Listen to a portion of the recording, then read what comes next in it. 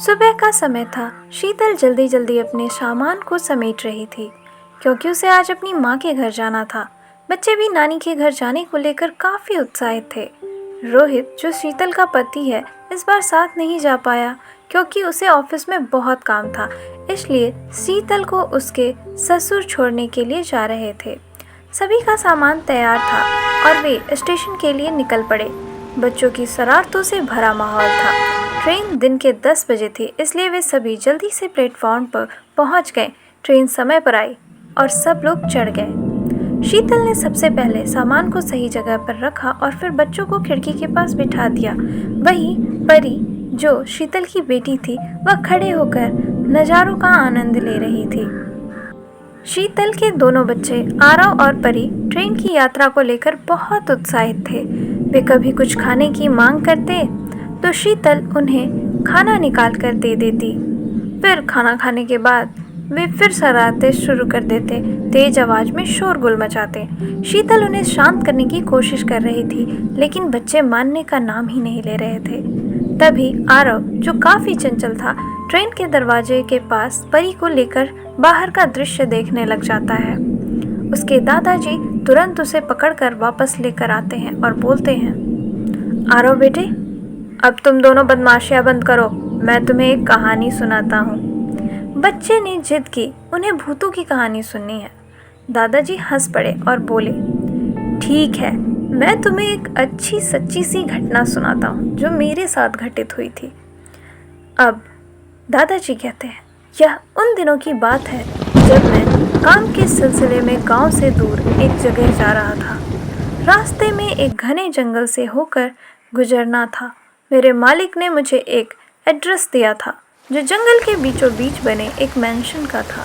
मुझे वहां पहुंचकर कुछ लोगों से मीटिंग करनी थी, फिर वापस आना था। रात का समय था और मौसम भी बहुत ख़राब था।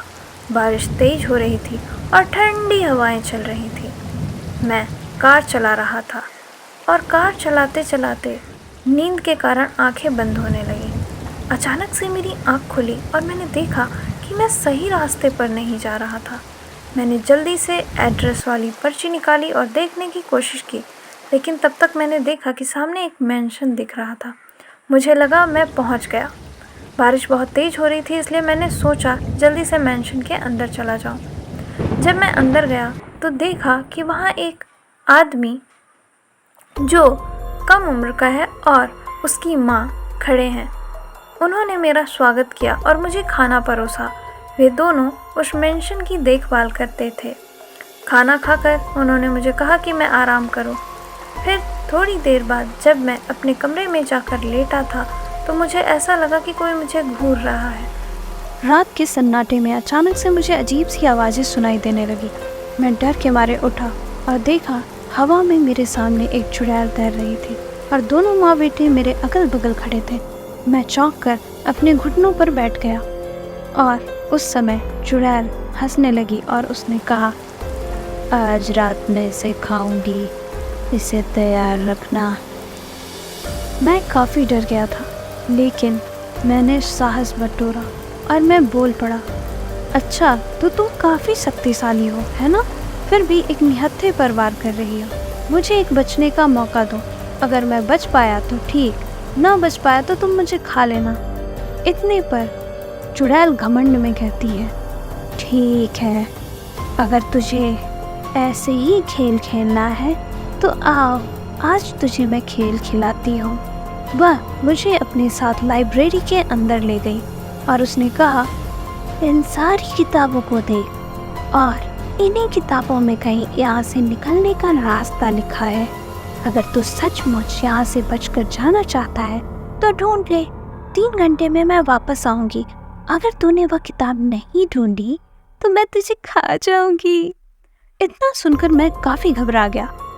मैं डर के मारे किताबें ढूंढने लगा, कभी इधर तो कभी उधर, लेकिन वह किताब मिल नहीं रही थी। 2 घंटे बीत चुके थे और मुझे अब कोई सुराग नहीं मिला। मैंने सोचा कि अब मेरा बचना मुश्किल है, लेकिन तभी मेरी नज़र एक किताब पर पड़ी जिसमें से एक अजीब रोशनी निकल रही थी जो उसे बाकी किताबों से अलग बना रही थी। मैंने वह किताब उठाई और टेबल पर रखकर खोल दिया। जब मैंने देखा तो उससे हरी रोशनी आ रही थी और उसमें कुछ मंत्र लिखा हुआ था। मैंने जैसे ही वह मंत्र उच्चारण किया तभी मैंने देखा यह क्या, लाइब्रेरी आपस में दो हिस्से में बट गया और उसमें एक दरवाजा बन गया जिसमें जंगल का रास्ता था।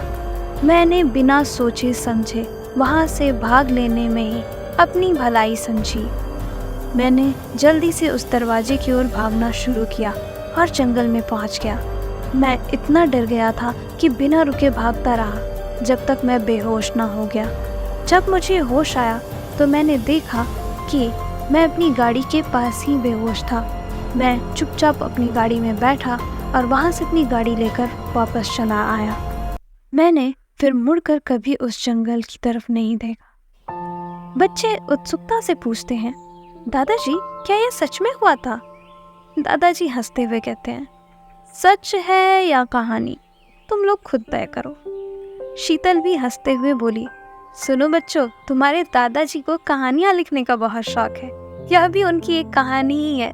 सभी हंस पड़े और ट्रेन स्टेशन पर पहुंच गई। बच्चे अपने नानी के घर जाने के लिए बहुत उत्साहित थे, लेकिन दादाजी की इस कहानी ने सफ़र को और भी मज़ेदार बना दिया। आशा है आपको यह कहानी बहुत पसंद आई होगी।